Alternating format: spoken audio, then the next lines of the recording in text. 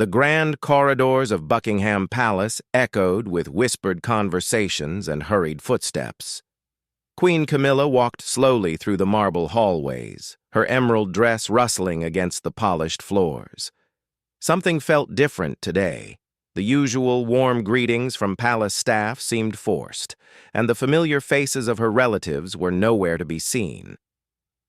Thomas Parker Bowles, Camilla's younger brother, had been a constant presence at royal events for the past 2 years. His wife, Sarah, and their 2 children had become regular fixtures at family gatherings, Sunday lunches, and even state dinners. Camilla had worked hard to integrate her family into royal life, believing that love and acceptance would eventually win over any doubts about her background. King Charles sat in his private study, staring at a stack of newspaper clippings spread across his mahogany desk. The headlines made his stomach turn with anger and disappointment.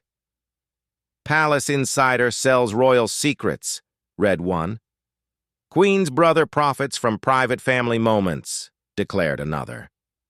His hands trembled slightly as he picked up a photograph that showed Thomas at an exclusive London club, clearly intoxicated, boasting to reporters about intimate family conversations. The investigation had taken 3 weeks. Palace security, led by the stern and methodical Detective Inspector Margaret Wells, had traced leaked information back to its source. Phone records, bank statements, and witness testimonies all pointed to the same conclusion. Thomas had been selling private information about royal family dynamics, personal conversations, and even details about Charles's health concerns to several tabloid publications. Camilla had no idea that her world was about to crumble.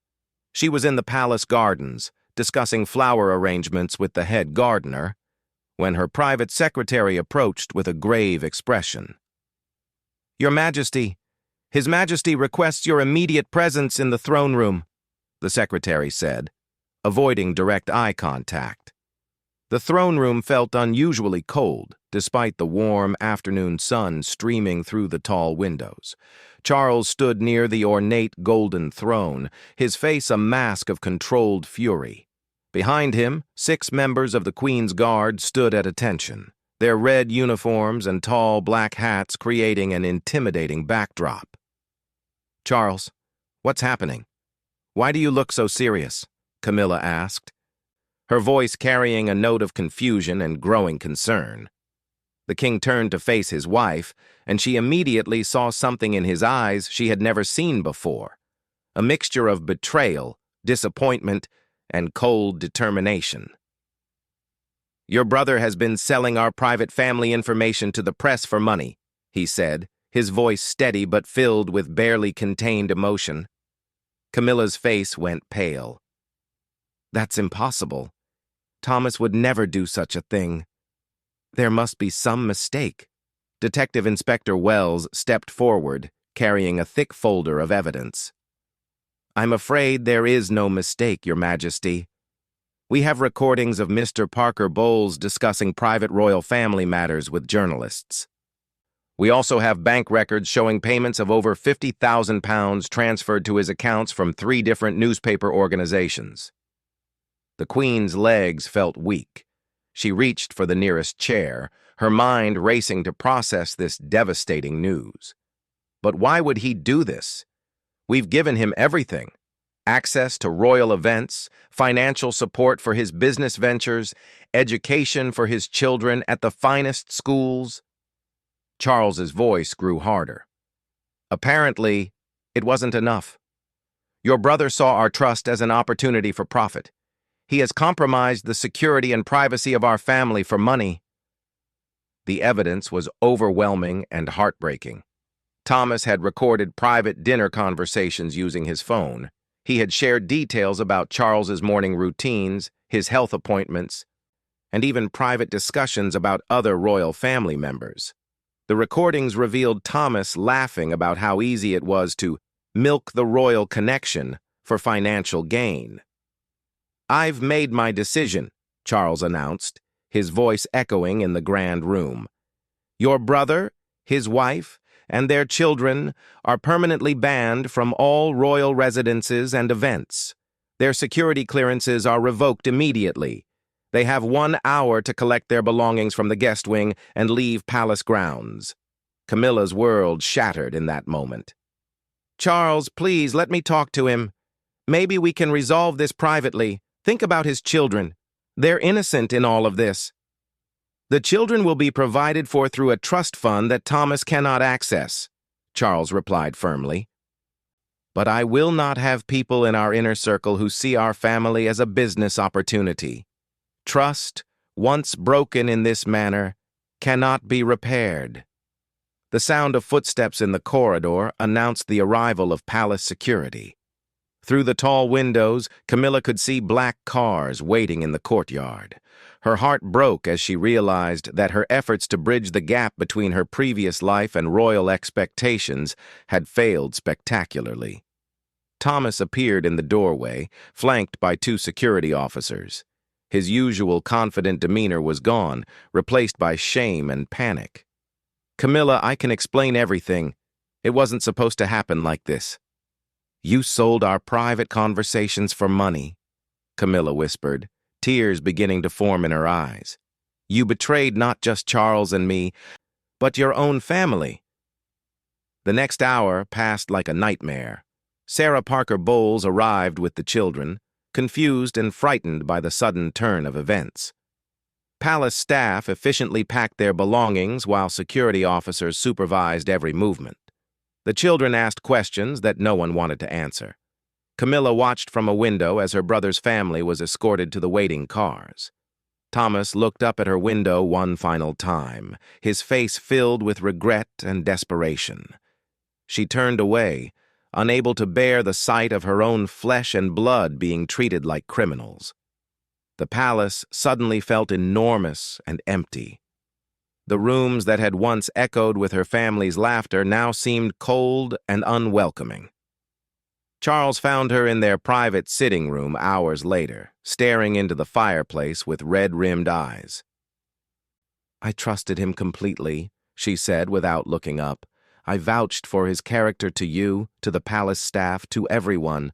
I feel like such a fool.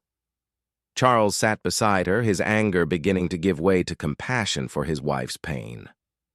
You couldn't have known. Family loyalty blinded you to his true character. But what does this say about me? About my judgment? About my ability to protect our family's interests? Camilla's voice cracked with emotion. The scandal would dominate newspaper headlines for weeks. Editorial writers would question Camilla's fitness for her role, her ability to choose trustworthy advisors, and her understanding of royal responsibilities. The very media outlets that had paid Thomas for information would now use his betrayal to attack the Queen's credibility and judgment. Late that night, Camilla sat alone in her dressing room, staring at family photographs that now seemed like evidence of her naivety. Pictures of Thomas at royal events, laughing with Charles, playing with his children in the palace gardens, all of it felt like a cruel joke. Her phone buzzed with text messages from Thomas, each one more desperate than the last. Please let me explain. I never meant to hurt you. I was in financial trouble and made terrible choices. She turned off the phone without responding. The next morning would bring new challenges. Palace advisors would recommend increased background checks for all family members. Security protocols would be tightened. The warm, family-oriented atmosphere that Camilla had worked so hard to create would be replaced by suspicious vigilance. She understood now why the royal family had seemed so cold and formal when she first joined them. Trust was a luxury they couldn't afford. Every person in their inner circle represented a potential security risk, a possible source of leaked information or betrayal. The realization hit her like a physical blow. She would never again be able to enjoy the simple pleasure of family gatherings without wondering who might be recording conversations or planning to sell stories. The spontaneous laughter, casual conversations, and unguarded moments that made life meaningful had been stolen from her by her own brother's greed. The morning sun cast long shadows across the palace courtyard as Camilla prepared for her first public appearance since the scandal broke. Her hands shook slightly as she applied her makeup, trying to cover the dark circles under her eyes that revealed 3 sleepless nights. The woman staring back at her in the mirror looked older, more fragile than she remembered. Outside her window, she could see protesters gathering near the palace gates. Their signs bore harsh messages: "Camilla must go," and "Protect the crown from Parker Bowles' greed." The irony wasn't lost on her. She was being blamed for her brother's actions, as if she had personally orchestrated the betrayal of royal trust. Charles knocked softly on her dressing room door. "The car is ready, darling. We need to leave for the charity event in 10 minutes. "I don't think I can do this," Camilla whispered, her voice barely audible. "Everyone will be staring at me, judging me, wondering if I knew about Thomas's activities." The king entered the room and placed his hands on her shoulders, meeting her eyes in the mirror. "We face this together. Running away or hiding will only make things worse. The royal family has weathered many storms, and we'll weather this one too." The charity event for children's literacy was supposed to be a routine engagement, something Camilla had done hundreds of times before. But as their convoy approached the venue, the crowd of reporters and photographers was 3 times larger than usual. Camera flashes created a strobing effect that made her feel dizzy and disoriented. Inside the community center, Camilla tried to focus on reading to a group of 8-year-old children. Their innocent faces provided a brief respite from the chaos of the past few days. But even here, she noticed the wary glances from the center's staff, the way conversations stopped when she approached, the forced smiles that didn't reach people's eyes. During the book reading, one little girl raised her hand. "Your Majesty, why are people saying mean things about your family on television?" The question hit Camilla like a physical blow.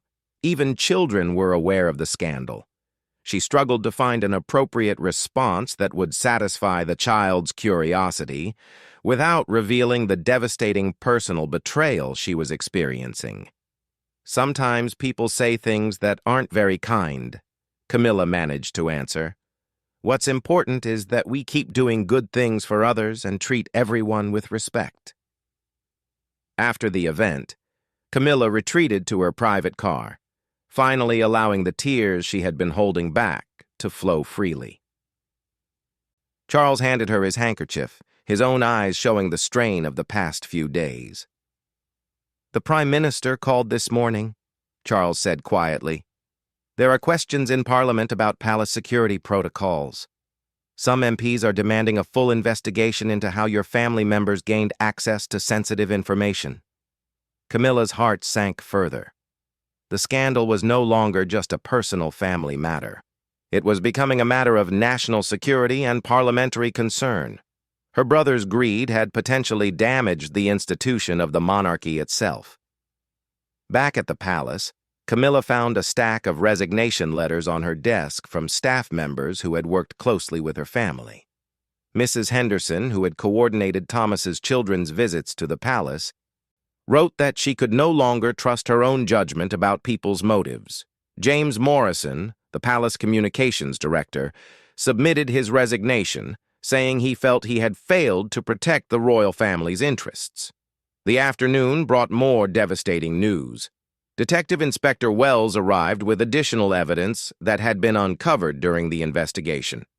Thomas had also provided information to foreign media outlets, including details about Charles's private meetings with government officials and international diplomats. "I'm afraid the scope of the betrayal is much larger than we initially realized," Detective Wells explained. "Your brother had been selling information for over 2 years, not just the past few months as we originally believed." Camilla felt physically sick. 2 years meant that Thomas had been betraying their trust since almost the beginning of her marriage to Charles. Every family dinner, every holiday celebration, every private moment had been potentially compromised by her brother's recording devices and profit-driven conversations with journalists. "There's more," Detective Wells continued reluctantly. We've discovered that your sister-in-law Sarah was aware of at least some of these activities. Bank records show that she helped establish shell companies to hide the payments from media outlets. The betrayal now included not just Thomas, but his wife as well. Someone Camilla had welcomed into her home, trusted with her children's education, and treated like a sister. The revelation that Sarah had been complicit in the deception made the betrayal feel even more calculated and malicious. That evening, Camilla sat in the palace library, surrounded by centuries of royal history books. She read about previous scandals, family betrayals, and challenges to the monarchy's reputation. Each historical account reminded her that she was now part of a legacy that included both triumph and disgrace. Her phone rang with calls from family members trying to distance themselves from Thomas's actions. Cousins who had remained neutral in family disputes now called to express their shock and disappointment. Childhood friends reached out to offer support, but also to subtly gather information about the situation. The most painful call came from her own daughter, Laura, who lived in London with her family. Laura had always been protective of her mother's reputation and had worked hard to support Camilla's transition into royal life. "Mom, I'm so sorry this happened to you," Laura said, her voice filled with emotion. "But I need to tell you, journalists have been calling me, trying to get me to comment on Uncle Thomas's actions. They're offering money for any information about our family dynamics." Camilla realized that the circle of potential betrayal now extended beyond Thomas to anyone who had access to family information. The trust that formed the foundation of family relationships had been poisoned by the possibility that any conversation could be recorded and sold. "I've hired a lawyer to send cease and desist letters to the media outlets," Laura continued. "But, Mum, this is going to get worse before it gets better. Some of the information Uncle Thomas shared, it's very personal and embarrassing." Over the next few days, the leaked information began appearing in newspapers and online publications. Details about Charles's morning routines, his preferences for breakfast, his private concerns about his health, and even intimate conversations between the royal couple were published for public consumption. The most humiliating revelation was a recorded conversation where Thomas laughed about Camilla's insecurities regarding public acceptance of her role as queen. He had described her private tears, her fears about living up to Diana's memory, and her struggles to win over skeptical members of the British public. Camilla felt completely exposed and vulnerable. The private thoughts and feelings she had shared with family members in moments of weakness were now entertainment for millions of people. The dignified public image she had worked years to cultivate felt destroyed by her brother's casual cruelty. Palace advisors recommended canceling all public engagements for the next month, but Camilla refused to hide. "If I disappear now, it will look like an admission of guilt or weakness," she told Charles. "I need to show the public that I'm strong enough to handle this crisis." However, each public appearance became increasingly difficult. At a hospital visit, nurses whispered among themselves when they thought she wasn't listening. During a school opening ceremony, teachers seemed uncomfortable making conversation. The easy rapport she had developed with the British public over years of dedicated service felt damaged, perhaps permanently. The breaking point came during a state dinner with visiting foreign dignitaries. Camilla overheard the French ambassador's wife telling her companion that the British royal family seemed to lack proper judgment about security matters. The comment, meant to be private, cut deeply because it reflected exactly what Camilla feared everyone was thinking. Late that night, Camilla found herself in the palace gardens, walking alone among the rose bushes she had carefully cultivated over the past few years. Each flower represented hours of peaceful work, quiet contemplation, and hope for the future. Now, even this sanctuary felt tainted by the knowledge that Thomas had probably described these private moments to journalists. Charles found her there at midnight, sitting on a bench with her coat pulled tightly around her shoulders. "You'll catch cold out here," he said gently, sitting beside her. I keep thinking about all the conversations we had with Thomas, Camilla said. Every family gathering, every private moment we shared, he was probably planning how to monetize it. How do you trust anyone after something like this? The question hung in the air between them, highlighting the fundamental challenge they now faced. The incident had not only damaged their personal relationships, but had also created a climate of suspicion that would affect every future interaction with family members, staff, and even close friends. 6 months had passed since Thomas's exile from the royal family, but the wounds remained fresh and painful. Camilla stood before her bedroom mirror, adjusting the sapphire necklace that Charles had given her for their anniversary. Tonight was the annual Royal Foundation Gala, her first major public appearance since the worst of the scandal had died down in the media. The investigation had finally concluded with devastating thoroughness. Detective Inspector Wells had uncovered evidence that Thomas had not only sold information, but had also attempted to secretly record video footage during private family gatherings using hidden cameras in gift items he had brought to the palace. The violation felt even more personal and disgusting than the audio recordings. The cars are ready, Your Majesty, announced Lady Patricia, Camilla's new private secretary. The previous secretary had resigned in shame, feeling responsible for not detecting Thomas's suspicious behavior during family visits. Charles appeared in the doorway, resplendent in his formal evening wear. Despite everything they had endured together, he had never once suggested that Camilla was responsible for her brother's actions. His unwavering support had been the one bright spot during the darkest period of her royal life. "You look beautiful," he said, offering his arm. "Are you ready to face the world again?" The gala was held at the Royal Opera House, and as their car approached the red carpet, Camilla could see the massive gathering of photographers and reporters. The media attention had shifted over the months from purely negative coverage to a more complex narrative about family betrayal and personal resilience. As they walked down the red carpet, Camilla forced herself to smile and wave naturally. She had spent weeks working with a new communications coach, learning how to project confidence and dignity even when she felt broken inside. The flashbulbs created a blinding cascade of light, but she kept her head high and her pace steady. Inside the opera house, Camilla was surprised by the warmth of the reception from other guests. Lady Margaret Thornberry, a prominent charity director, approached immediately with genuine sympathy in her eyes. "Your Majesty, I wanted to personally tell you how much I admire your grace during this difficult time," Lady Margaret said quietly. "What your brother did was unconscionable, but your response has shown true royal character." Similar conversations continued throughout the evening. Many people expressed support and understanding, recognizing that Camilla had been a victim of her brother's greed rather than a participant in his schemes. The British public, it seemed, had largely separated her from Thomas's actions after months of observing her dignified response to the crisis.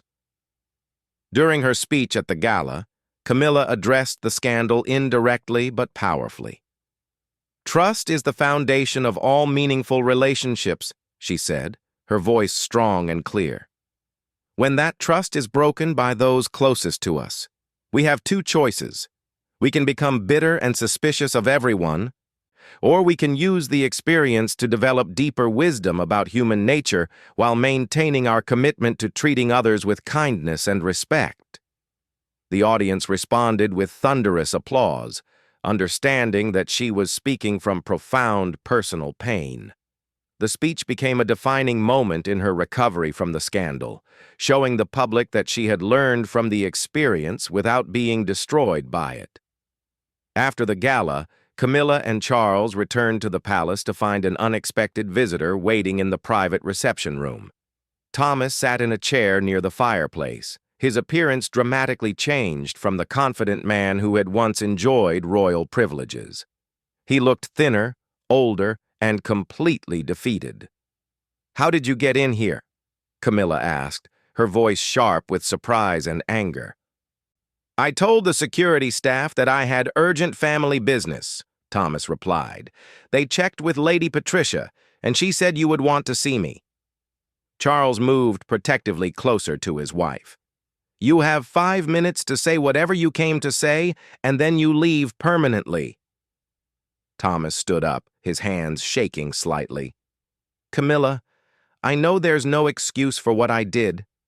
I've lost everything. My wife filed for divorce. My children won't speak to me, and I'm facing potential criminal charges for breach of privacy laws. Good, Camilla replied coldly. You deserve to face consequences for your actions. I didn't come here asking for forgiveness, Thomas continued. I came to tell you that I've been approached by publishers who want me to write a tell-all book about my time with the royal family. They're offering enormous sums of money. Camilla's face went pale. The idea of Thomas writing a book filled with intimate family details, embarrassing stories, and potentially fabricated claims was her worst nightmare realized. I wanted you to know that I've decided not to do it, Thomas said. Despite everything, you're still my sister. I won't cause you any more pain for money. Charles stepped forward aggressively. That's not good enough. We want a legal agreement that prevents you from ever writing or speaking publicly about your time with the royal family. I've already signed such an agreement, Thomas replied, pulling a document from his jacket. My lawyer drew it up yesterday. I'm legally bound never to discuss any aspect of my relationship with the royal family in any public forum for the rest of my life. Camilla studied her brother's face, looking for signs of deception or manipulation. She had been fooled by his apparent sincerity before, and she was determined not to make the same mistake twice. Why should we believe you now when you lied to us for years? She asked. Thomas's eyes filled with tears. Because I've seen what my greed and betrayal did to my own children. My daughter asked me last week if I was a bad person. My son won't even look at me. I destroyed my own family for money, and nothing I gained was worth the price I paid. The conversation continued for another hour, with Thomas providing details about the various media outlets that had contacted him since the original scandal broke. He revealed that several journalists were still attempting to buy information from anyone connected to the royal family, including distant relatives and former palace staff. The feeding frenzy won't stop, Thomas warned. There are people who will never give up trying to find new angles to exploit this story. You need to be careful about everyone you trust. After Thomas left, escorted by palace security to ensure he departed the grounds completely, Camilla and Charles sat together in their private sitting room. The evening had been emotionally exhausting, bringing back all the pain of the original betrayal while also providing some closure to the most painful chapter of Camilla's royal life. Do you think he was being truthful about the book? Charles asked. I don't know, Camilla replied honestly. I want to believe that he's learned from this experience, but I'll never be able to trust him completely again. The legal agreement helps, but ultimately we just have to hope that he's finally realized the true cost of his actions. Over the following months, Camilla gradually rebuilt her confidence and public role. She implemented new security protocols for all family interactions, including restrictions on personal devices during palace visits and required background checks for any new family members who wanted access to royal events. The experience had changed her fundamentally. She became more cautious in personal relationships, but also more empathetic to others who had experienced family betrayal. Her work with charities expanded to include support groups for people dealing with family conflict and trust issues. The public began to see Camilla as a more complex and relatable figure. Her vulnerability during the scandal had humanized her in ways that years of perfect royal appearances had not achieved.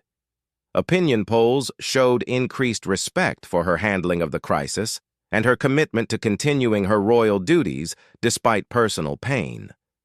A year after the scandal, Camilla received a letter from Thomas's daughter, her niece Emma.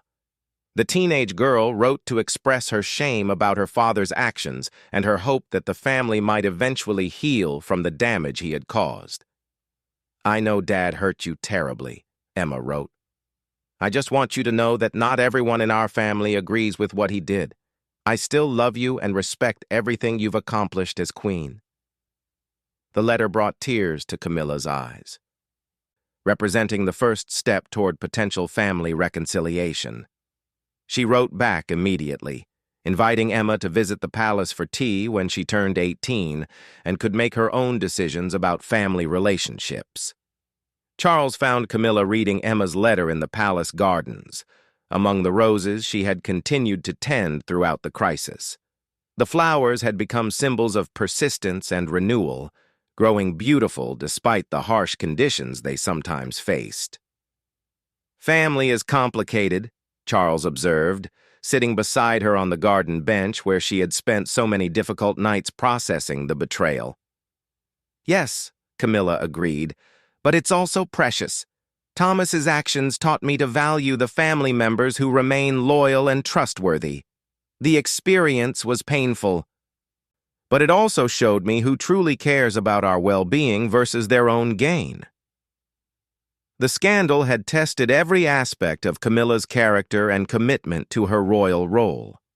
She had emerged from the crisis with deeper wisdom about human nature, stronger boundaries around personal relationships, and a more mature understanding of the responsibilities and sacrifices required for royal life. The roses in the palace garden bloomed more beautifully than ever that spring, representing hope, resilience, and the possibility of new growth even after the darkest winters. Camilla tended them carefully, finding peace in their simple beauty and their silent reminder that survival and flourishing were possible after even the most devastating betrayals.